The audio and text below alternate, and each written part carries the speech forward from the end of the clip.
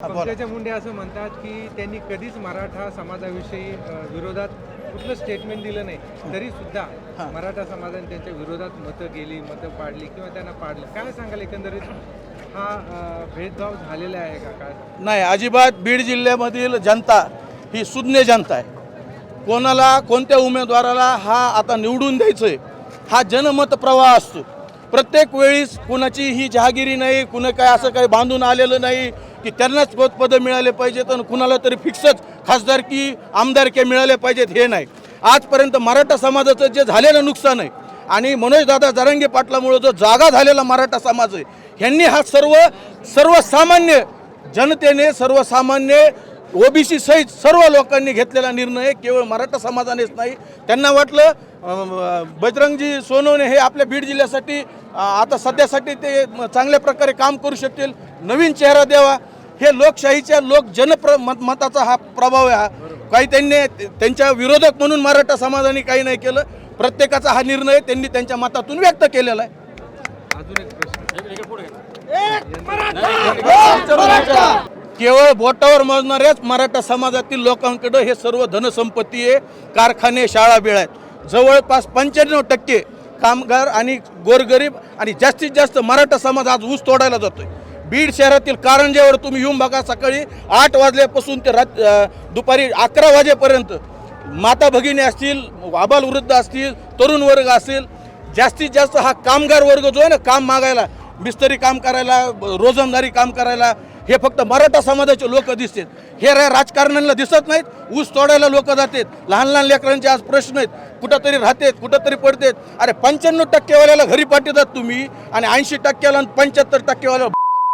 अरे कोणता न्याय हे भारतामध्ये? कसला न्याय हा? आणि त्याला परत फीस भरा, लाख दीड लाख रुपये. आम्हाला हे अजिबात मान्य नाही. ही क्रांती खऱ्या अर्थाने कित्येक वर्षापूर्वी व्हायला पाहिजे होती. आमच्या पिढ्याने पिढ्या मराठ्यांच्या ह्या वायाला गेलेल्या आहेत, पिढ्याने पिढ्या वायाला गेल्यात. आता आम्हाला हे सोचत नाही. एक तर ही शांतता आहे, उद्याच्याला उद्रेक होणार. शासनाने याच्यातून जागं व्हावं ही आमची तुम्हाला कळकळीची याद्वारे विनंती आहे. आज बीड शहरामध्ये ऐतिहासिक अशी मराठा क्रांती योद्धा श्री मनोजदादा जरांगे पाटील यांच्या नेतृत्वाखाली संघर्ष यात्रा आणि आज जनजागृती शांतता रॅली व जनसंवाद यात्रा ही आज बीड शहरामध्ये संपन्न होत आहे. तमाम बीड जिल्ह्यामधून माझे मराठा बांधव, भगिनी, माता आणि लहान लहान आबाल वृद्ध हे देखील या ठिकाणी उपस्थित आहे. या आरक्षणाची महती, या आरक्षणामुळं आज झालेलं कित्येक पिढ्यांचं मराठा समाजाचं नुकसान हे आज समाजाने आणि मराठा समाजाने या शासनाला दाखवून दिलेलं आहे. कित्येक वर्षापासूनची मराठा समाजाची आरक्षणाची मागणी हे शासन पूर्तता करत नाही आहे. परंतु आपल्या लेकराबाळाची, आपल्या जीवाची कसलीही पर्वा न करता, घराची पर्वा न करता संपूर्ण समाजासाठी आपला संपूर्ण परिवार त्यागून मराठा समाजासाठी मनोजदादा जरांगे पाटील यांनी आज या ठिकाणी शांतता रॅलीचं आयोजन केलेलं आहे. बीड शहरामधून आज 11 जुलै रोजी ही शांतता रॅली आहे. 13 तारखेपर्यंत आपण शासनाला हा वेळ दिलेला आहे. मात्र या वेळेच्या अगोदर सगळ्या सोयऱ्याच्या कायद्याची जर अंमलबजावणी या राज्य सरकारने जर केली नाही तर याचे गंभीर परिणाम हे राज्य सरकारला भोगावं लागणार आहेत.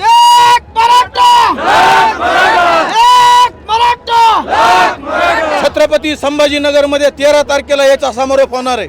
आणि म्हणून माझं राज्य सरकारला या बीड शहरामधून, ऐतिहासिक चंपावती नगरीमधून हे सांगणं आहे, एक विनंती आहे की त्यांनी आज असलेल्या ह्या बीड शहरातील या विराट अशा रॅलीचं, शांतता रॅलीचं हे काही ना काही कशा प्रकारे बोध घेतला पाहिजे आणि नसता याचा उद्रेक व्हायला वेळ लागणार नाही हे शासनाने वेळेत जागून घेतलं पाहिजे. आणि तमाम माझ्या मराठा बांधवांना या ठिकाणी हाल अपेक्षा जरी झाल्या असतील ते त्यांच्या लेकरा बाळांसाठी सोसण्यासाठी तयार आहेत. म्हणून आज या ठिकाणी बीड शहरामधून तमाम आलेल्या सर्वांचं देखील आम्ही बीड शहरवासी रमेश भाऊ शिंदे मित्र मंडळातर्फे सगळ्यांचं आम्ही या ठिकाणी मनपूर्वक स्वागत करतो. धन्यवाद. दादा जरांगे एक